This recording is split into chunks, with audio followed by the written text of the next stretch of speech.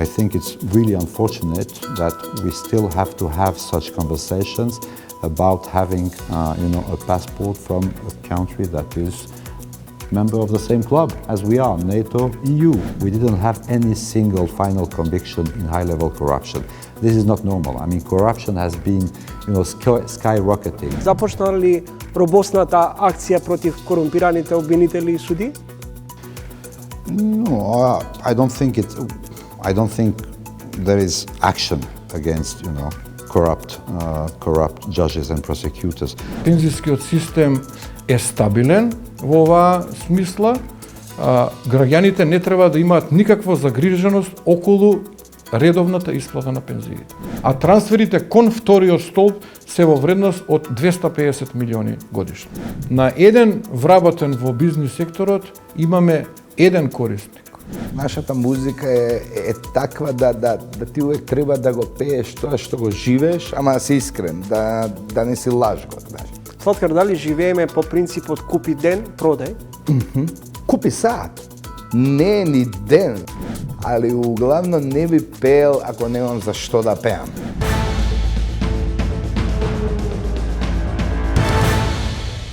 Започна ли робосната битка против корумпираните обвинители и суди?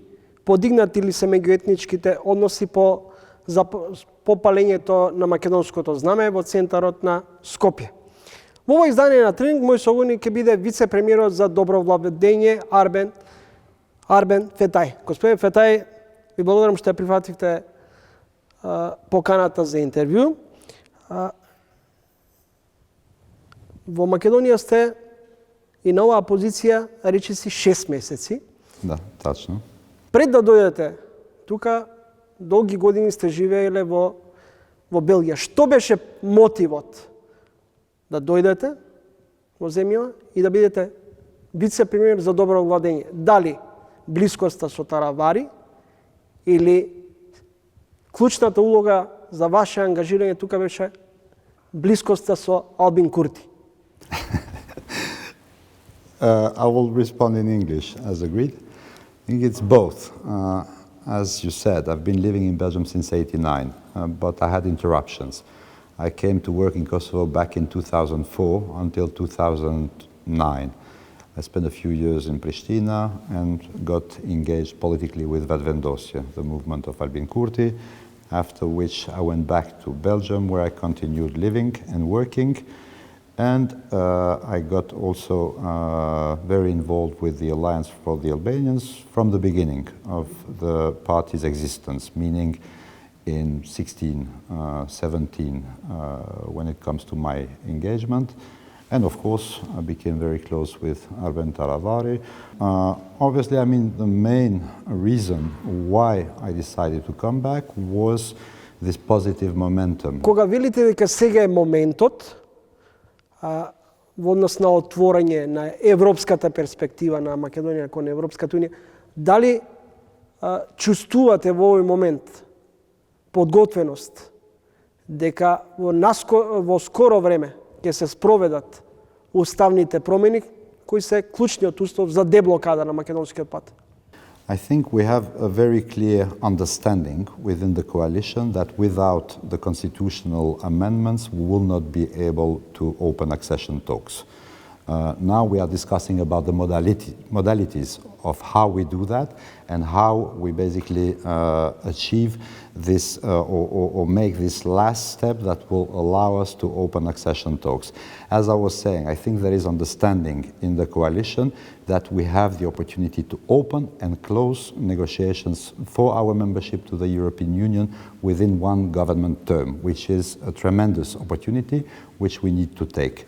I think in the next weeks and months we will see, depending on how the engagement will go with Brussels, with Sofia, on the proposals that have been put on the table by the Prime Minister and by the government, we will see progress and we will see an unlocking of the...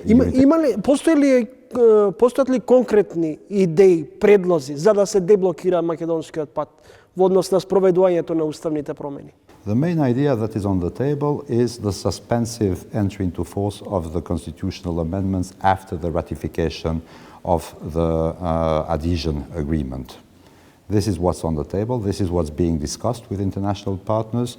Today, the Prime Minister is in Brussels, where he will meet the President of the European Council, the new Commissioner for Enlargement. Сметате дека во Брисел постои расположение за ова ваше барање?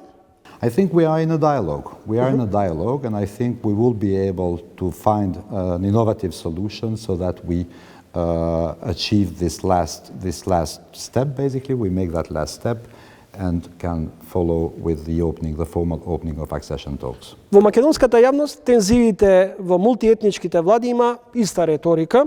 СДСМ вели дека е жртва на политичко-партиската мајоризација на ДУИ во владата, ДУИ пак вели дека Влен се слуги на Мицковски. Зошто овие внатрепартиски превирања во албанскиот блок всушност до некој степен создаваат и подгреваат мултиетнички тензии во земјата? I think DUI has been having problems basically understanding that they are in opposition and that they need to use this opportunity to reform themselves. They've been trying to keep a grasp on power. They have been, making concessions even during the whole negotiation process on the formation of the new government. We know, and it has been confirmed now by multiple sources who were involved in those negotiations, that they offered to join the government with Romero de Permanei with one minister less than we have as Vlen coalition, without the Speaker of Parliament. DUI, at any cost, is trying to stick to power, to keep themselves in the system, so that basically they avoid, or let's say they try to avoid at least the responsibility that they need to take for mismanagement, for corruption, for crime of the last 22 years when they've been in power.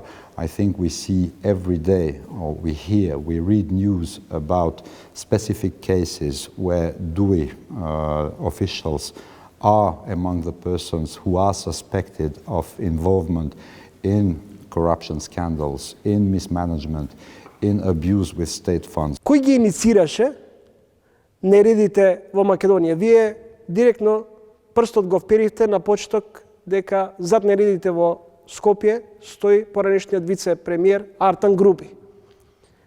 Тој ги демантираше овие информации. Но дали зад овие насилства во центарот на Скопје имаат замешателство луѓе на Албин Курти или пак блиски соработници на Вучич? No, not at all. I don't know where, your thinking comes from here. I think it was very clear that the people who were involved in the burning of flags were, unfortunately, people belonging to the structures of DUI. We demonstrated that with pictures. The people who are accused of burning the flag are people who were involved with the electoral campaign of Bujar Osmani, the parliamentary campaign. Имате докази? They are on pictures. I mean, we showed the pictures of one of the young man who was manipulated, probably, and instead of celebrating the Albanian flag day, ended up burning Macedonian flags. Господин Фетај, вие сте во влада во која министерка за образование Весна Јаневска вели УЧК и нејзините символи за оваа држава не значат ништо. Дали ова не е директна негација за слободарскиот дух и мотивите за поголема рамноправност на албанците во Македонија? Oh, I think that was an unfortunate statement.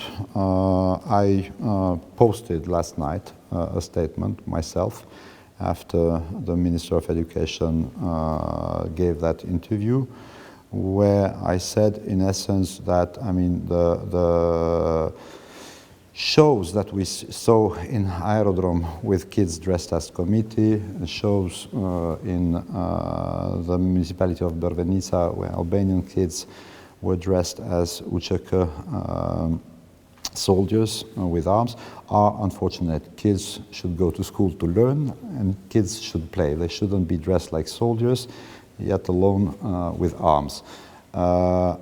However, what I said also in my post is that The Albanian National Liberation Army is our pride. It is a movement that belonged to the people. All Albanians in this country supported that struggle, which was a struggle for equality. It was a struggle for everyone to get the respect they deserve as an equal citizen of this country. It is part of our national identity and it is our pride. We do respect, on the other hand, that committee are part of Macedonian national history and that our fellow citizens are proud of the committee history.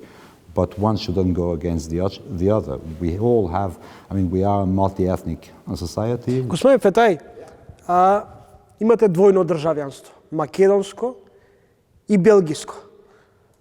Вашата колешка, министерката за енергетика, се исплаши од како се обелодени дека има бугарски пасош. Во времето на владењето на Дуи, ти има министер Насер Нуредини, исто така кој живее и работи во Виена, а е зет на познат член на академијата, исто така со двојно државјанство. Зошто тогаш се прави толку голема фама во домашната јавност и обиди да се создаде заплашување на домашната јавност од некаква си бугаризација со тоа што ќе ги внесе бугарите во уставот? I don't think there is anything shameful in having a nationality of a member state of the European Union or of NATO, for that matter. I think in our country, unfortunately, things are politicized, and especially in relation to Bulgaria, because of the situation we are in now when it comes to the relation between Sofia and us. I think it's really unfortunate that we still have to have such conversations about having a passport from a country that is member of the same club as we are, NATO, EU. We belong there, and I don't see any issues with having dual nationalities. If it was a Russian citizenship, then I would raise questions because it's a country that is not friendly to us. Следите тренинг, разговарам со вице-премиерот за добро владење Арбен Фетај. Господине Фетај, започна ли робосната акција против корумпираните обвинители и суди? No, I don't think there is action against corrupt judges and prosecutors. I think as a government we have, our own role. We are a separate power. As is the judiciary and the legislative. I think what we are doing as a government is to start, and we've been saying this from the beginning of this mandate, and it's part of the coalition agreement, a systematic and systemic reform of the judiciary. We know that this judiciary doesn't get trust from anyone. We know the figure of the 2% trust in the judiciary. We've also seen since the beginning of this government, almost 6 months now, that dozens, hundreds of cases that have been put forward by the Ministry of Internal Affairs, the Financial Police, other instances of the executive are not progressing. They are being held in the prosecution system, and that needs to change.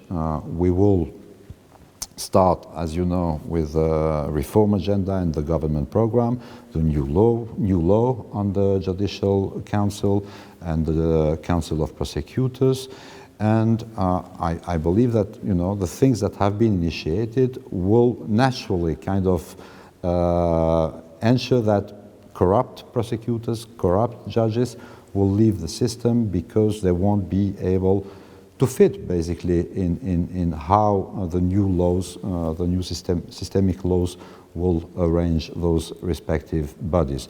And I think now we will start seeing accountability, we will start seeing that cases will be progressing in the judiciary system, and that those who have been responsible for high-level corruption will start being held accountable. Точна е констатацијата во јавноста дека е ниска довербата во македонското правосудство, но дали со закани и со притисок врз судиите и обвинителите ќе се врати довербата во македонскиот правосуден систем. До вчерашната претседателка на судскиот совет директно ја прозва владата и премиерот дека вршат притисок врз работењето на телото кое именува и разрешува суди. I think we're talking about the same president of the Judicial Council who was dismissed under the previous government. DUI utilized their people in the Judicial Council to dismiss that president of the Judicial Council because of the Mialkov cases, if you remember, as a way to protect the people in the system that are affiliated to DUI and who were protecting Mialkov and all the other cases of high-level corruption from their government. I think it's quite unfortunate that the president of the Judicial Council resigns and make that coming out, which was political. It was deeply political when she had only a few days left. I think her term was ending on the 5th of December. She resigned yesterday, which is 3 days before the end of her term. I think it was a show, unnecessary show. Дали со оваа политика на заплашување на судиите и обвинителите всушност не постои опасност од враќање на времето на кога добивавме квалификации од меѓународните партнери за заробена држава? No, I don't think we are there. I don't think we are facing the same risks. I think a lot has been done with support from the international partners, and I'm thinking especially the European Union and the United States of America. There is a clear set of recommendations that we need to follow. We have the 40 recommendations from the European Union. Дали обстојувате на ставот дека треба да се распушти судскиот совет и советот на обвинители? Well, I think, this is going to happen because the terms of members are progressively ending. So there will be a renewal in the ranks of the Judicial Council. The same will apply to the Council of Prosecutors. And we will see slowly that those who have been responsible of basically impunity. Let's remember that in 2023 and in 24 for that matter, because we are in the same situation, we didn't have any single final conviction in high-level corruption. This is not normal. Corruption has been skyrocketing.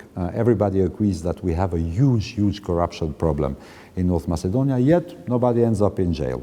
So that means that somebody is protecting those people, which are often, unfortunately, high-level politicians, officials. Вице-премиере, кој ги штити судиите и обвинителите?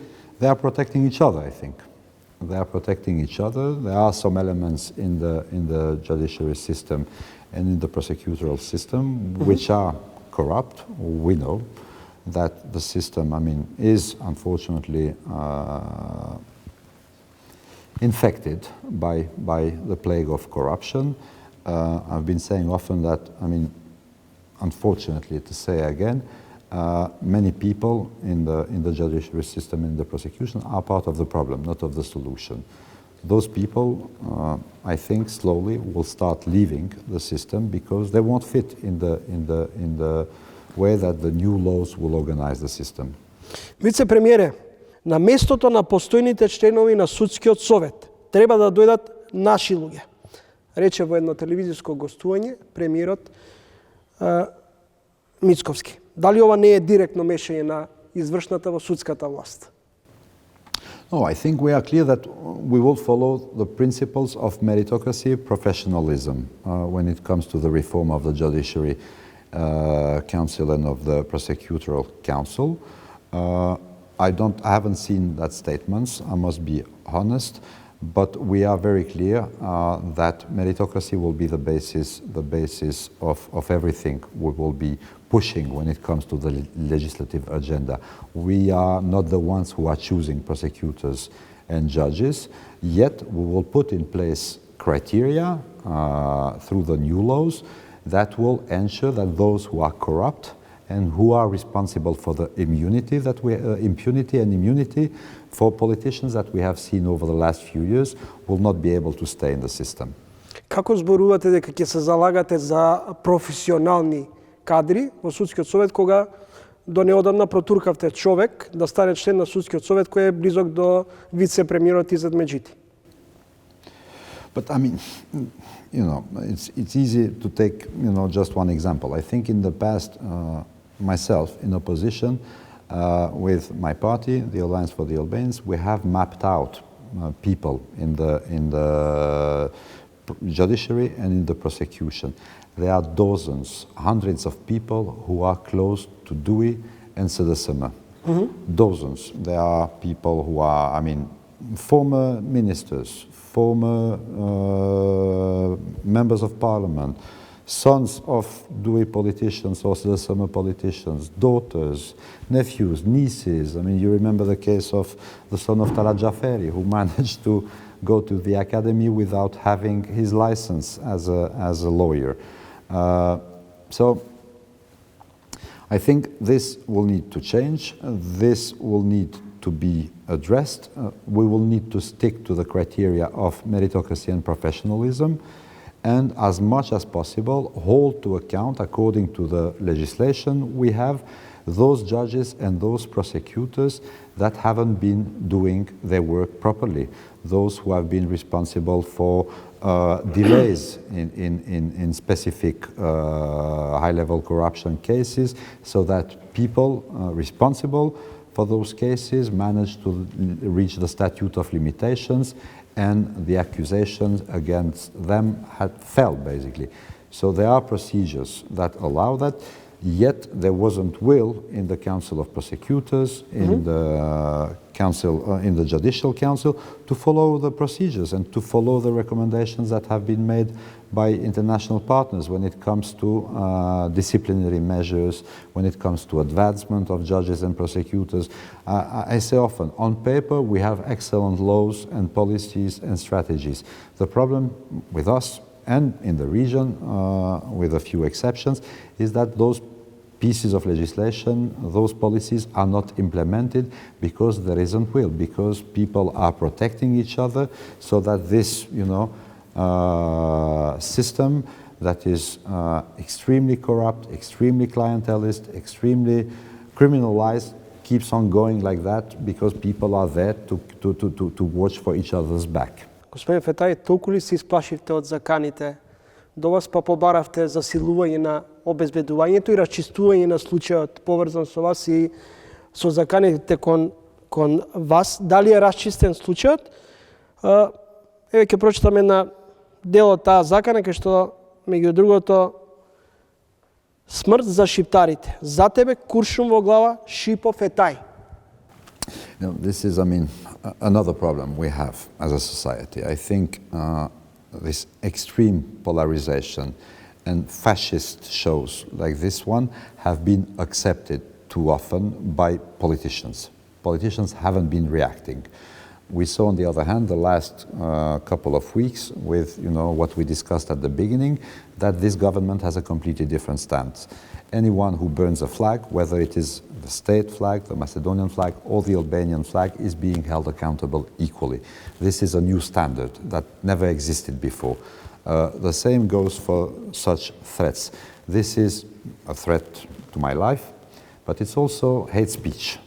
As you just read out the message that I received. Such language is not normal in a country like ours, in a country in Europe or anywhere in the world. It is not normal language. This shouldn't be tolerated, and this will not be tolerated going forward within our government.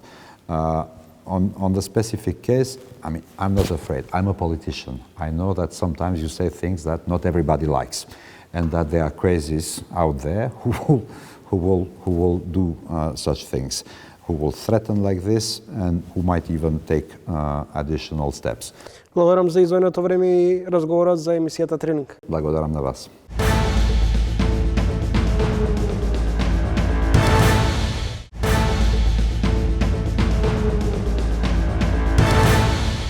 Пензиите и пензионерите секогаш се во фокусот на вниманието на јавноста.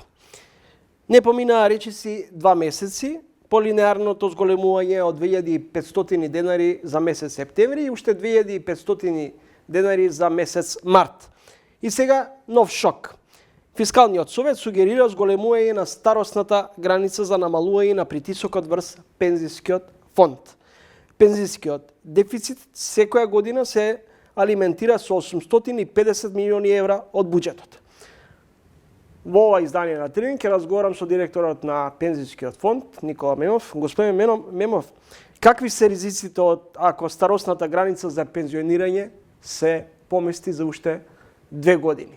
Фискалниот совет даде многу сериозни препораки до владата, всушност тоа е нивната улога и владата секој пат треба да ги земе со огромна сериозност овие препораки, затоа што Фискалниот совет ги дава можните фискални импликации и се грижи за фискалната стабилност на целиот буџет.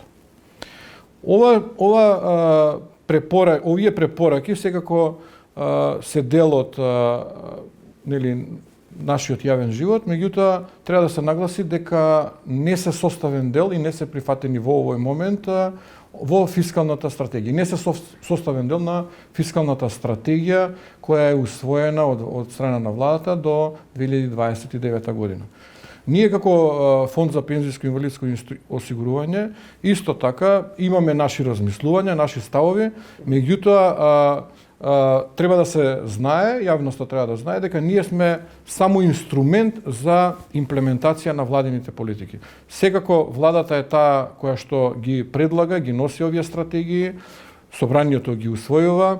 Мемов, фондот годишно е во перманентен дефицит, сумата се движи околу 800 милиони евра. Како да се стабилизира финансиската каса на ПИО? Фондот за ПИОМ обезбедува две функционалности према граѓаните. Две основни функционалности. Првата функционалност е редовна исплата на пензиите и оваа редовна исплата на пензии ја гарантира владата. Втората функционалност е обезбедување на правото на пензија, која што исто така е услуга на граѓаните за остварување на нивните права во делот на пензиите. Сега, од првата функционалност, ако зависи и ја гарантира владата, тука можам да потенцирам дека пензискиот систем е стабилен во оваа смисла. Граѓаните не треба да имаат никаква загриженост околу редовната исплата на пензиите. Тоа го гарантира Фондот за пензиско и инвалидско осигурување, тоа го гарантира владата.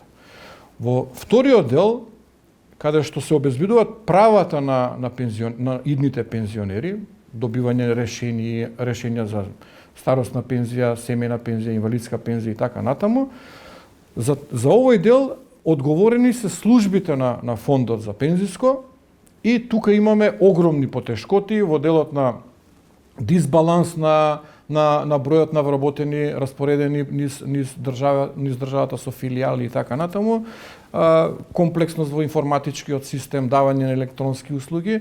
Сите овие како предвидени, односно увидени аномалии се предмет на наши анализи и ќе бидат дел од структурните работи, реформи што новиот менеджмент на ПИОМ ќе ги прави во следниот период.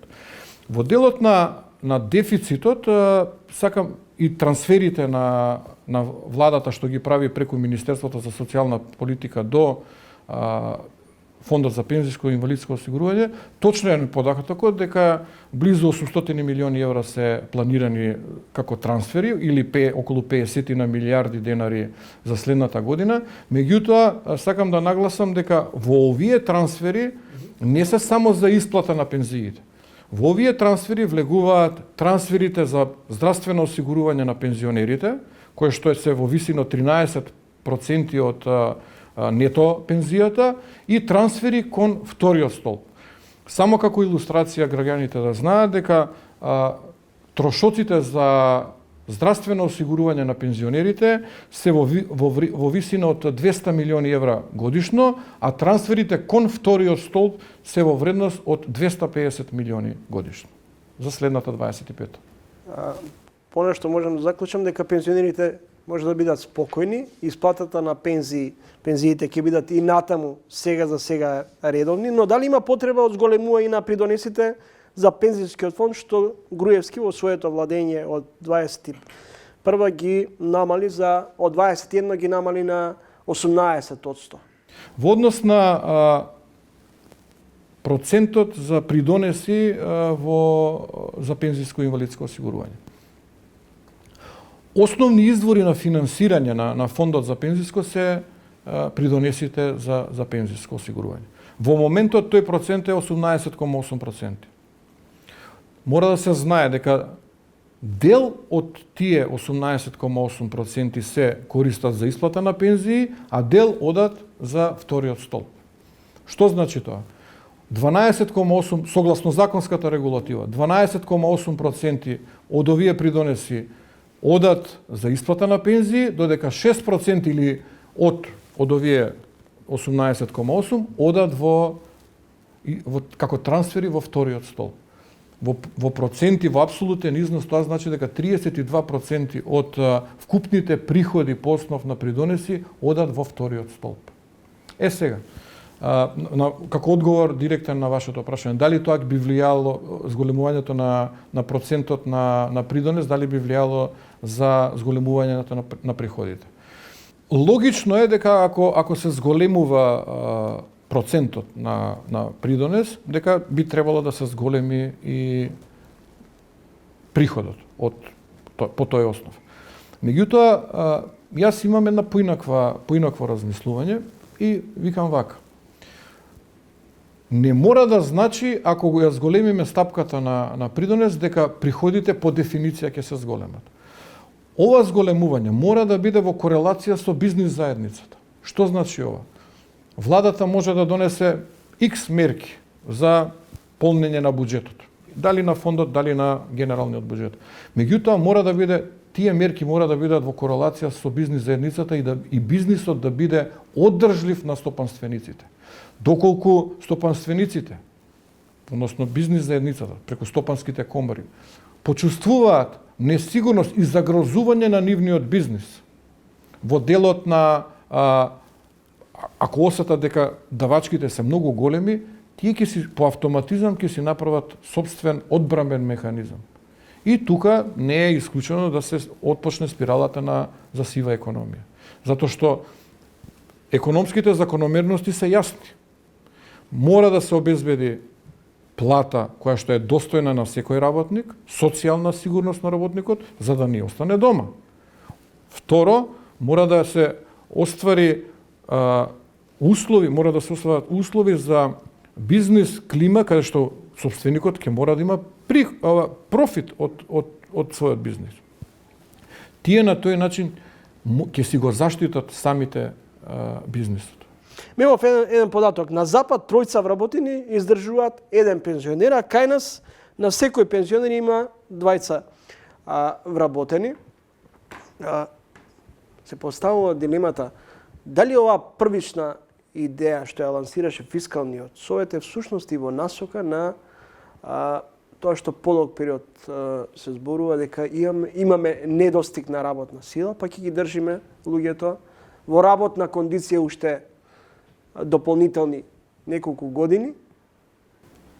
Точна ви е констатацијата дека на еден пензионер имаме двајца вработени. Меѓутоа, јас имам малце поширока дефиниција и работите ги гледам од како целосна слика поинаку. Значи не се само пензионерите во оваа категорија која што се корисници на буџетот. Тука треба да се додадат целата администрација, социјалните случаи, студенти, ученици. Тој сооднос ќе биде на еден вработен во бизнис секторот имаме еден корисник. Значи дури 1:1, не 1:2. Затоа што во реалниот сектор буџетот го полнат во реалниот буџет го полнат вработените од реалниот сектор. Така да оваа слика која ќе се прошири, која ќе гледаме големата слика, не е ни 1:1, дури е 1:2, него сега е 1:1. Просечниот живот во Македонија е околу 73 години, наспроти 80 или 83 години во западноевропските држави. Помалку ќе бидам циничен, ќе речам, по завршување на работната кариера, човек нема да има можност да се израдува на пензионерските денови, па ќе заврши право во бутел. Статистиките се неминовни. Значи, просечните години за користење на пензија е околу 11 години. Точно е тоа. Така да, сегашното законско решение 64 години старост овозможува негде користење 11 години и просекот е до 75 години. И што ќе правиме? Тоа е. Да сублимираме. Вие не поддржувате оваа идеја на Фискалниот совет за продолжување на работниот век? Реков дека Фондот за пензиско и инвалидско осигурување е инструмент на владата за имплементација на политиките. Добро, вие сте именуван од страна на владата. Кој е вашиот став? Ставот на владата е јасен дека во овој момент не размислува за покачување на старосната граница и не размислува за покачување на процентот за придонес за пензиско и инвалидско осигурување. И на крајот, се уште нема генерација која би ги користила и бенефитите од вториот пензиски фонд кој го споменавте. Но она што помалку ми остави впечаток во вашите излагања е дека ова може да создаде и нова дупка и раст на сивата економија. Знаете како? Пензиската реформа е конзервативна тема во било кое општество и тешко е да се прават компарации на пензиски системи од една во друга држава затоа што условите на функционирање се различни. Само како податок ќе ви кажам дека буџетскиот дефицит на Фондот за пензиско не е од вчера направен, него тоа се прави во изминатите можеби 25 години и можеби и повеќе. На почетокот на формирањето на независна Македонија, тогашните лидери во државата и представници на владата и на фондот предвиделе дека и утврдиле дека Фондот за пензиско во иднина може да има потешкоти во работењето, па со законот за приватизација беше овозможено 10% удели, акции практично од сите компании што се приватизираа во тоа време. Можете ли да замислите денеска ако Фондот за пензиско и инвалидско осигурување поседуваше акции од 10% во еден алкалоид, во Европа, во пивара, во цементара, во Телеком и така натаму дел во сите успешни компании во Македонија. Меѓутоа, со разноразни економски мерки и социјални мерки од владата, овие акции се продадени, дел од дефицитот се е направен врз основа на така наречениот Бранков закон, можеме да го споменеме, каде што таа е на социјална мерка, каде што со 30% уплата, тој закон беше донесен 2003 година, со 30% само уплатени средства се сметаат како 100% уплатени придонеси. Еве го даначното ослободување од придонеси со проектот Македонија вработува, каде што државата ги плаќаше, ги покриваше придонесите на вработените во технолошко развојните зони. Дури еве и последната мерка за зголемувањето на пензиите од 2.500, односно од 5.000 денари. Ова зголемување значи од прво 2.500 денари во септември месец, значи нови 862 милиони денари на месечно ниво повеќе пари во буџетот. Зголемувањето на пензиите во просек од септември месец до денеска на глобално ниво значи 11,2% зголемување. Во март месец имаме дополнително покачување од 2.500 денари и тоа се нови 14 милиони евра месечно, значи со се овие двете 28 милиони евра поголема ставка во буџетот.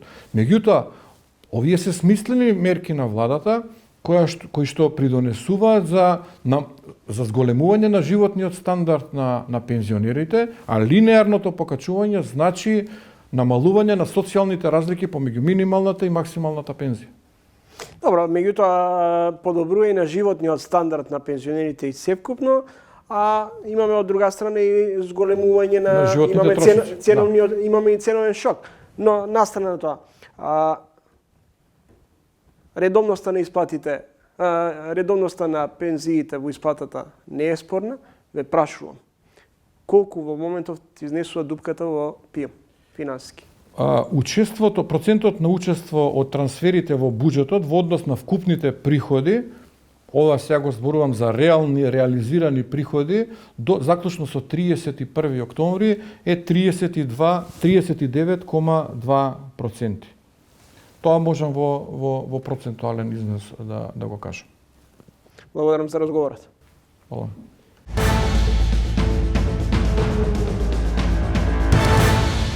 Тоа беше директорот на Пензискиот фонд, Никола Мемов. Би сакале да се извинеме поради одредени мали технички проблеми кои се случија во текот на разговорот со директорот на Пензискиот фонд, а во продолжение ќе имате можност да проследите дел од разговорот со академик Абдулменав Беџети, снимен пред точно една година, кога тој гостуваше токму во ТВ магазинот Тренинг. Академик Беџети, како и банкарот Глигор Бишев и Марина Трповска, се дел од Фискалниот совет, која препорача и ја предложи идејата за зголемување на старосната граница за пензионирање.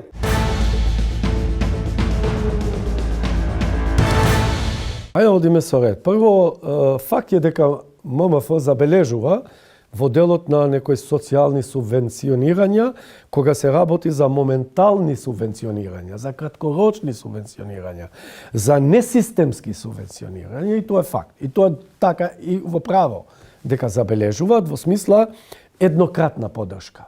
Но ММФ не забележува во делот на системските решења од типот на нивелизација на плати, индексирање ние ги велиме, и нивелизација и индексирање на пензиите. Би тоа се системски решења.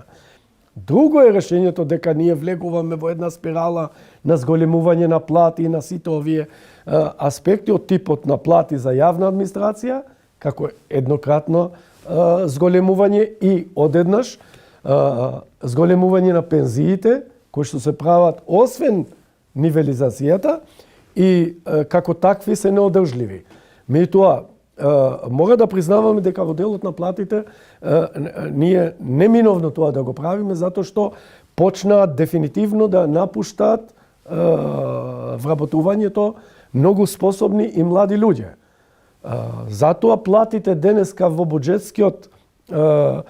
буџетската расходна ставка се предвидени околу 40% во маса поголемо од тоа пред 3-4 години. Ама па затоа е задржано и можноста да бидат поефикасни во делот на дејствување. Не е проблемот до висината на платите. Проблемот е до ниската продуктивност на вработените во јавната администрација. Проблемот е во уравниловка. Значи, како се делаат и како се распоредуваат платите, мора да биде модел на перформирање. Не можете вие подеднакво да исплатувате плати на две различити институции врз основа на платен разред само. Вие мора да внесувате компоненти на перформирање. И перформансите се мераат со индикатори. Така да сега пензискиот фонд во овој момент дури е во психолошка гранична, би рекол, лимит, кај што се предвидува дури да надмине 50% субвенционирање од владиниот буџет, односно од државниот буџет. Фондот за пензиско инвалидско осигурување ќе надмине 50% субвенционирање од државниот буџет, и ова е на среден и долг рок уште полошо во делот на пензискиот фонд, а истовремено и на фондот за здравство слично.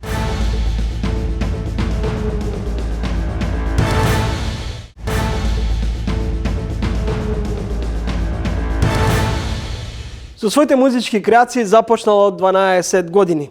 Рапува од срце, раскажува, пцуе без цензура, гласно, критикува без страв. 2024 година одбележува 15 години од објавувањето на првиот албум Сладкаристика Будало. Ако го најавам како Марко Маринковиќ, многу малку ќе им текне на гледачите кој е тој. Добре да е за Слаткар. Болje ве, најдов, ја гледаш, пробав да те удостојам на секој можен начин, вака ќе си ја направам. Ако ретко облакам кошулја, ама која имам фина паричина као оваа, увек сум спремен да се Слаткар, зошто од револуција сега најавуваш период на еволуција? Чија? Твоја музичка, сценска или очекуваш обштествена револуција? Секаква. Пошто јас не сум истиот човек од пред 15 години. Ја имам еволуирано скроз различен артист прво. Мислам, артистично сум различен. Знаеш, нашата музика е таква да ти увек треба да го пееш тоа што го живееш, ама да си искрен, да не си лажго, знаеш. Иако ново време дава простор да лажат на секој четкор, али ја гледам да се држам до оние стари традиционални црнечки вредности, знаеш. Кога сум почнувал, буквално сум почнал од нула, сум бил на улица, сум седел на клупи.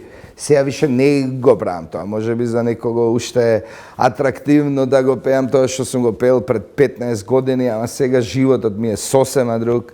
Јас сум друг, самата држава ни е друга, светот е различно место, така да углавно имаме еволуирано сите. Оваа година, при крајот на оваа година, извади 2 хит песни. Едната заедно со Next Time, другата со Тони Зен. Океани за краток период доживеа или стана хит меѓу младите. Океани е песна посветена на сите оние кои се иселиле од државата. Да, на сите оние кои што се иселиле и одглавно патат за да се вратат. А и песна е за сите оние што останале, али некој им отишол надвор. Знаеш, ние, иако ја правев песната, мислев на луѓето што се излезени надвор, ама не очекував да има толку голем импакт дома.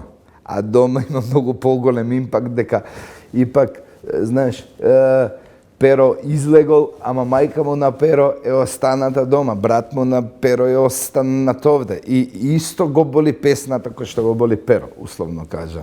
Не може со пари да се попуни врат, таа празнина у душе не подкуплива. Тамо каде што не гушат има и стуку ги пак. Само една ти е дом, само една ге те приме, ге те прегрне безусловно. Правам пари, али ти ми фалиш стари. Ми фалат твоите не се кучи коментари. Ко паднеш, дојди дома каде и да стигнеш, тамо нема кој да те погледне, не па да те дигне.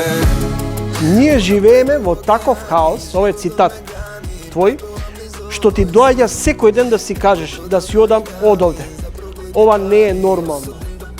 Стварно не е нормално. Што не е нормално? Некад, па не знам дали ти се десило некад куцаш time.mk и не знаеш дали сањаш, дали стварно читаш. Одглавно е толку е обратно све. Не знам, еве ти од најпрост пример, да не навлагам у сфера што не ја знам. Ама ова го знам, пошто имам очи и го гледам. Не знам дали сте у најголемиот хаосни центар, не знам дали си приметил дека најспората лента вози најбрзо, а најбрзата вози најспоро. Мислам, и тоа ја баш го осетив, го приметив пред Сок банки, тука пред Народна банка, значи кај што движат парите, тоа не знам да е. Абсурдно е, ама стварно е така, све е обратно. Колку не сме направиле чекор напред, иако на старт зборевме за еволуирање, колку не сме направиле чекор напред у ништо и како све тапка у место и како добива мислам, нормално станува она што не е нормално. Па, знаеш, како за порано видкавме, мислам, тоа е страшно, сега викаме, па се снашол, знаеш. И од тоа се снашол, овие што го заслужуваат тоа што некој друг го снашол, Svi kažu, ja ne možem ovde, ovo je nefer, mislim, totalno je nefer sve, totalno je, ne znam, mislim, kaj me frli temava, kad počnem da se žestam, se nerviram mnogo, a ne sam mnogo stručen, ali ne ti treba si stručen za da shvatiš da ga nešto ne je u redu. Сладкар, дали живееме по принципот купи ден, продај? Купи сад. Не е ни ден, значи визијата не ни е ни за ден. Анализирајќи ги, речи си, сите твои песни, доаѓам до еден заклучок, а тоа е дека за секоја песна стои идеја, мотив и повод и причина зошто се тие напишани. Например, Насмевка е песна посветена на твојот мож, 4-годишниот, Мене ми е 4-годишното твое детенце. Потоа Ман посветена песна за ново компонирани бизнисмени. Полетај песна посветена на твојата лоша финансиска состојба, но и за твојот покоен татко. Он е човек што, мислам, он е домско дете што немал ништо и замисли, он излегал на 18 години, тоест пред да излезе на 18 години, на 14 запишал медицина. Ја уште не сум чул некој домско дете да запише медицина. Позатоа завршил факултет медицина, а бил онака печен да заврши у затвор. Мислам, животот го има натерано. Така да, мислам, ја увек сум знаел дека ако имам идоли, он е мојот единствен идол, али од која го изгубив некако, знаеш, ми фали да не знам, да му го кажам тоа. Сигурно не гледа се, дека знам сине, дека сум те идол, ама од која го изгубив некако, го добив малиот, па него ми се втоа и сега кога ми порасна малиот, се викам, знаеш, и сега пак го враќам, пак ја враќам таа негова прича, еве, у новата песна. Океани исто пеам за него, али углавно не би пеел ако немам за што да пеам. Неодамна се врати од Австралија, настапуваше пред неколку години во Бугарија, дури партиципираше во снимање на филм. Да, правев музика. Во Бугарија. Колку македонската музичка естрада, култура е афирмирана надвор од границите на државата? Па, проблем е што не е афирмирана ни дома, а не камоли негде. Знаеш, ние дома си го нема, знаеш, нашиот терен не е наш терен. Мислам, има едно копче на YouTube, се вика трендинг и можеш да видиш ти кои песни ти се најпознати у цела држава, кои песни се најслушани.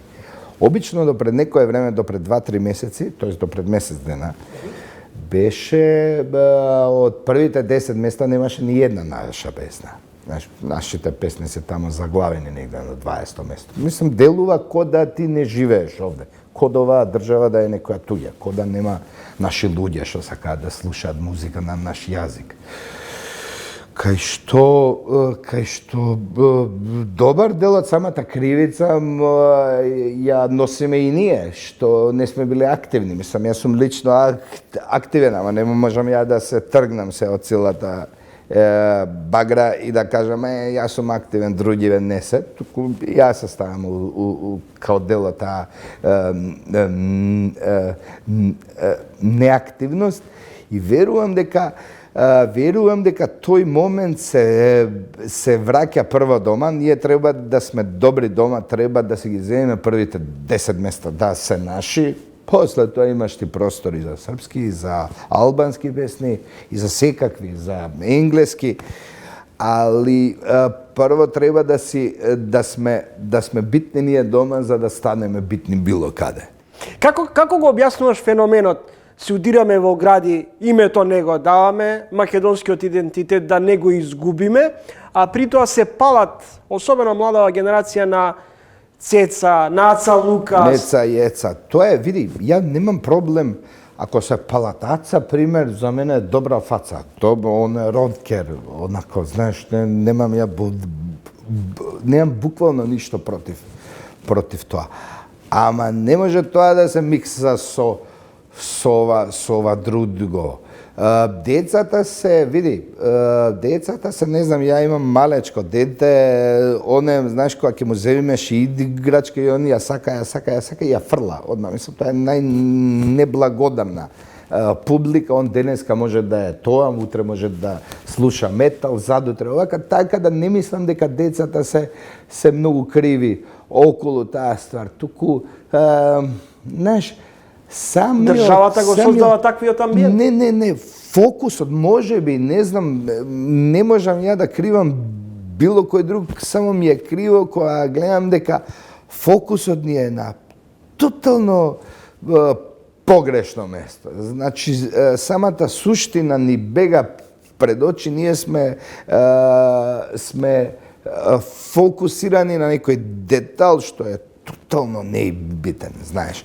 Кој што кажа, ја верувам дека треба, ја сум да се маваме во гради, ама самата музика, самиот филм наш, самиот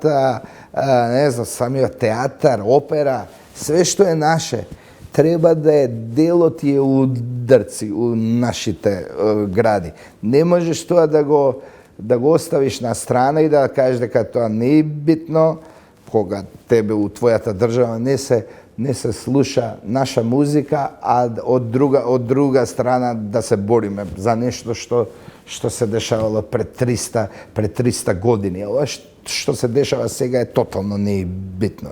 Ја мислам дека ова што се дешава сега е битно. Во Австралија најчеста дестинација за нашите фолк звезди.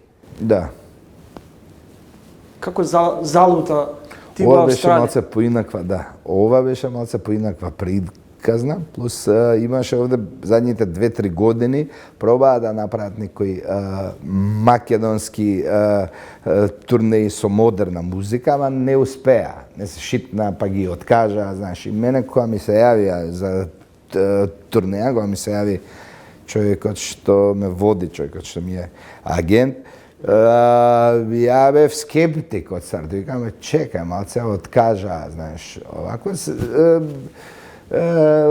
да не би биде лошо, знаеш, ипак не сакаш да се впуштиш у нешто кај што не си сигурен дека можеш да бидеш победник, знаеш. Ја не сум така, мислам, не можам да влезам у ринг и да се борам со некој што може да ме згази. Следите интервју, гостува во емисијата Марко Маринковиќ, слаткар. Дали животот ти е песна? Па, дали ми е песна? Животот ми е песни, многу песни. А дали ми е песна од типот на дали ми е лесен као песна? Некад ми е онака, уопште не ми е песна, а морам да пеам и да се смеам. Така да се трудам да си го направам, се трудам да си го искомпонирам животот, знаеш. Не знам дали е песна, ама мислам дека секој нов ден е можно за нова песна. Во едно интервју, малку ќе чепнеме во твојот приватен живот, велиш, со Сања 9 години правевме дете, Моша се роди откако престанав да пијам. Синот Моша денес има 4,5 години. Дали е тој твојот идол или ти си негов? Би требало ја да сум негов. Би требало он да го открие тоа за некое време, па наредни 7 години да сум му идол, па кога ќе напони 13-14, знаеш, не мисла дека се више, ние мушките мислиме дека сме више мажи, и као не е битно ништо ќе ми каже ни тато, ни мама. И верувам дека ќе имам сличен однос од него кој што татко ми имал со мене. Знам дека го чекавме многу, дори некад ни е страв со Сања да не е многу размазан, дека многу му се тресеме. Падна, леле, знаеш. Едноставно, ја сум растен со помал брат и постар брат. Значи, ја кога ќе сум паднал, не ни знаеле дека сум паднал. Едноставно сум станувал и сум идел дале, без некој да ми се тресе. Како успеа Слаткар да изгради така успешна музичка кариера во ситуација кога на 2,5 години ти се случува да почнеш да дъткаш? Петалчењето се појавува откако те оставиле неколку денови во болница сам. Да. Тоа е тоа време 88-9, уште бивша држава. Знаеш, таа држава сакала да прави некои јаки спартански деца, вајде, не знам што било. Мислам, целата прича околу тоа да мали деца, мали бебења малте не лежат сами.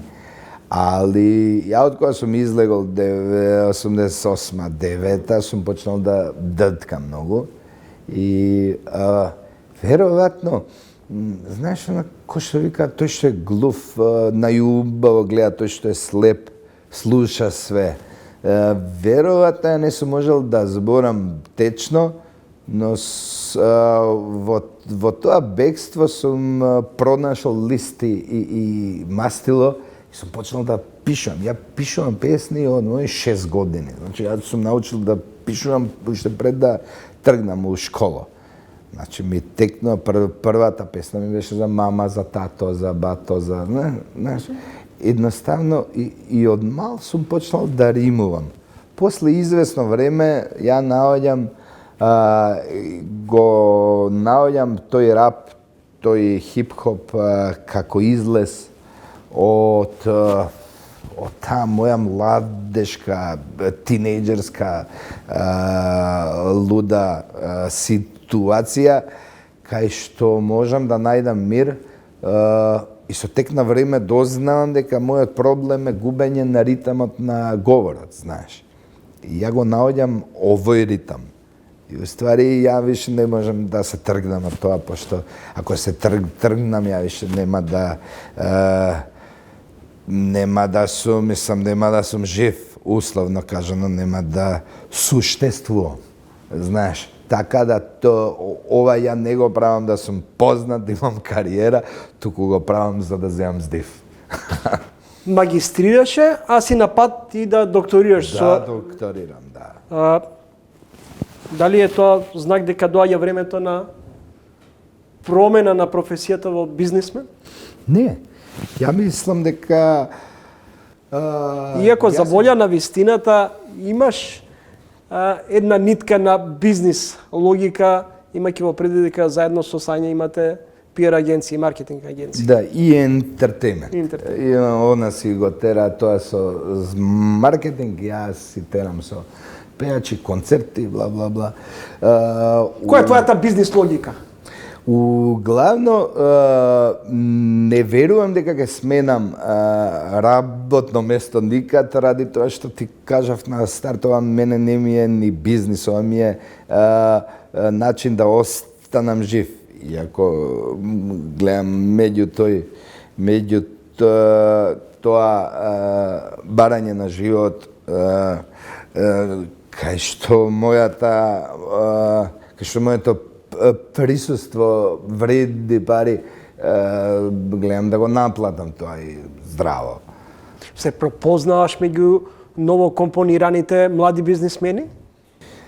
Па,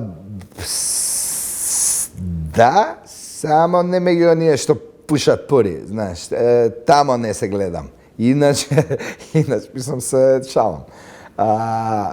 Иначе,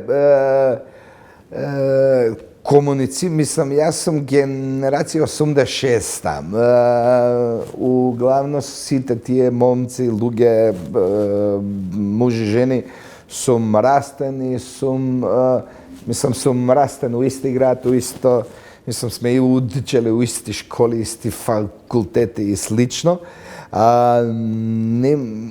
Ја знам дека, ја порано не сакав така да знаеш, кога ќе ме представи некако бизнисмен, некако ми делуваше, знаеш, така пошто кога бев сиромав ги мрзев тие што имаат пари. И си викам, чекам, аз сега ја зарем станав нешто што го мрзам. Знаеш, устави тоа се лични детски комплекси што не ти дава да тргнеш према некоја насока која ти е судена, знаеш. Благодарам, ми беше задоволство за разговорот. Фала ти, фала ти.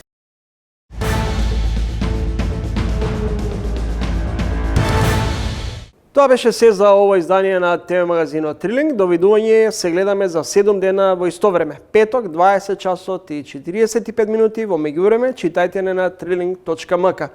А во исто време може да го следите изданието на Трилинг и на регионалните телевизии ширум Македонија. Довидување.